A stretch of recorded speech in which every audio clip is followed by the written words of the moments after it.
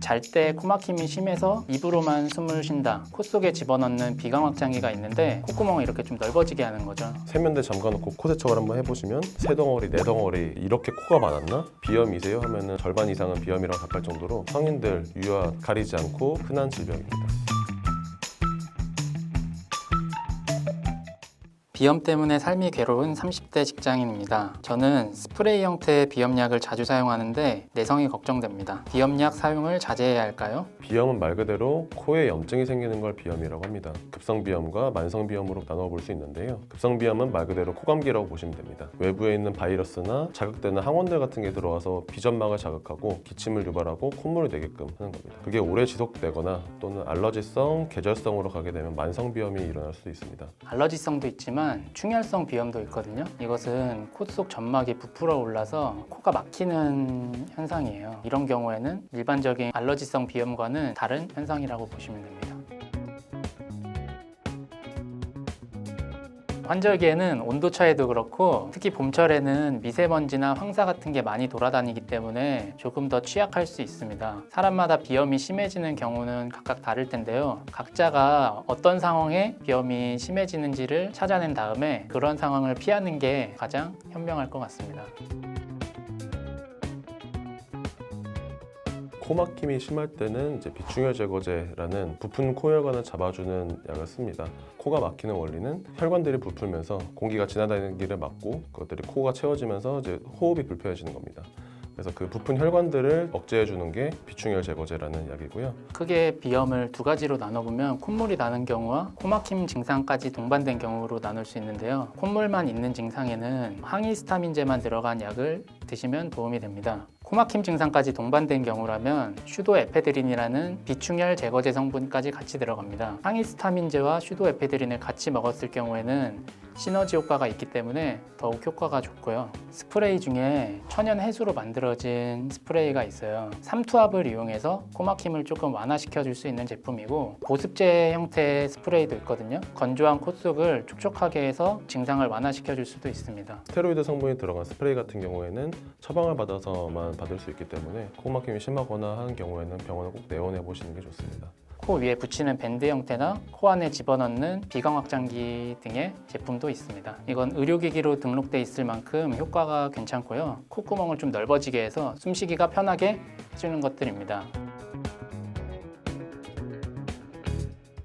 코 세척을 하실 때 가장 조심하셔야 될 거는 인체 농도와 맞는 농도의 소금물을 쓰셔야 된다는 겁니다. 예를 들어서 일반 물로 하거나 소금을 너무 많이 넣어서 고농도로 코 세척을 하게 되면 오히려 코 자극이 돼서 콧물이 더 많이 유발이 될 수가 있어요. 약국 같은 데서 파는 인체 농도와 같은 농도의 소금이 있는데 그거를 넣어서 쓰시는 것이 가장 맞습니다. 또한 코 세척을 하다가 머리로 넘어갔다, 귀로 넘어갔다 이런 얘기들이 많아요. 올바른 사용법을 잘 모르기 때문에 코가 맵거나 귀나 이제 머리 쪽이 아픈 건데요. 앞으로 살짝 기울이시고 코 세척하는 기구를 넣으신 다음에 입을 벌리시면서 아 소리를 꼭 내주셔야지 이게 압력이 맞아서 다른 데로 흘러나가지 않거든요. 코 세척을 하시고 안에 뭐가 있다고 생각을 해가지고 코를 세게 풀면은 귀도 그렇고 좀 문제가 될 수 있어요. 그러니까 코는 그냥 가볍게 한두 번만 풀어주고 마무리하는 것이 좋습니다. 코감기약을 먹었을 경우에는 효과가 분명히 있긴 있습니다. 보통 감기약에는 진통제 성분이 다 들어가 있기 때문에 단지 그냥 비염 증상만 있다라고 하면은 굳이 그런 진통제 성분을 먹을 필요가 없겠죠. 단지 비염이라고 하면 콧물이 나오는 걸 생각을 하는데 여기서 콧물이라고 하면은 줄줄 흐르는 맑은 콧물을 얘기하는 거거든요. 만약에 노란 코가 나온다고 하면은 그건 단지 비염 증상이 아니기 때문에 병원을 가시는 게 좋습니다. 비염약에 들어간 항히스타민제가 보편적인 부작용이 잠이 온다는 거예요. 나는 운전을 오랫동안 한다는 분들이나 절대 졸리면 안 된다는 분들은 좀 덜 졸린 항히스타민제가 있거든요. 약간 비싸긴 하지만 그래도 그런 걸 드시는 것이 좋고 처방을 받으면 파일럿도 먹는다는 항히스타민제로 유명한 약이 있어요. 효과는 조금 떨어질 수 있지만 졸림 부작용은 거의 없기 때문에 그런 약을 드시는 것이 좋을 것 같습니다.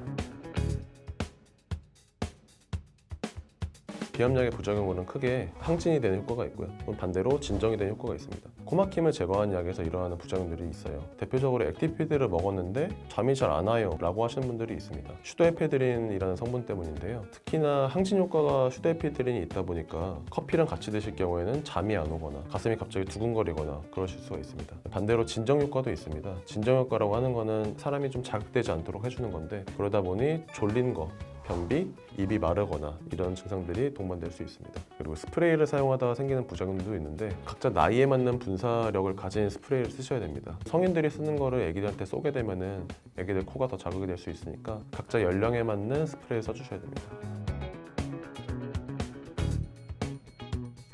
스프레이를 뿌린다고 해서 뇌에 안 좋은 건 아니고요. 코 가운데 부분은 다른 부분보다는 좀 약한 부위거든요. 코피가 쉽게 날 수도 있고 그렇기 때문에 코 가운데가 아니라 코 벽 쪽으로 스프레이를 쏘시는 것이 좋습니다. 스프레이를 제대로 쓰시는 방법은 처음 쓸 때 코를 가볍게 푼 다음에 허공에다가 스프레이가 나올 때까지 분사를 하시고, 가볍게 고개를 숙인 다음에 숨을 약간 참고 스프레이를 쓰시는 것이 좋습니다.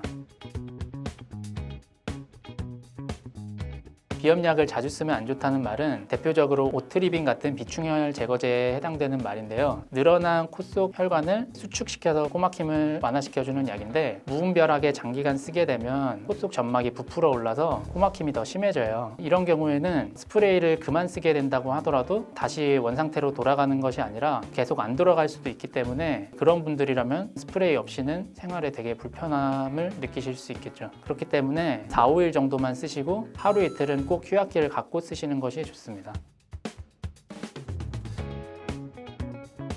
비염 같은 경우 참으면 축농증으로 발전할 수도 있고요. 비염이 삶의 질에 굉장히 영향을 많이 주잖아요. 내가 코가 간질간질하고 비염이 생길 것 같다라고 하면은 미리미리 약을 먹으면 비염이 심해지는 시기를 스무스하게 지나갈 수 있습니다. 콧물이 난다고 해서 무조건 나쁜 건 아니에요. 기침이 난다고 해서 무조건 나쁜 게 아니듯이, 콧물이 흘러나오는 거는 안에 있는 병균들을 잡아서 배출해주는 자연스러운 기전이고, 콧물이 나니까 무조건 스프레이를 억제해야겠다 또는 약 먹어서 무조건 콧물을 잡아줘야겠다 하는 것은 맞지 않습니다. 이비인후과나 동네 병원을 한번 방문하셔서 왜 그런지도 한번 물어보시면 좋을 것 같습니다.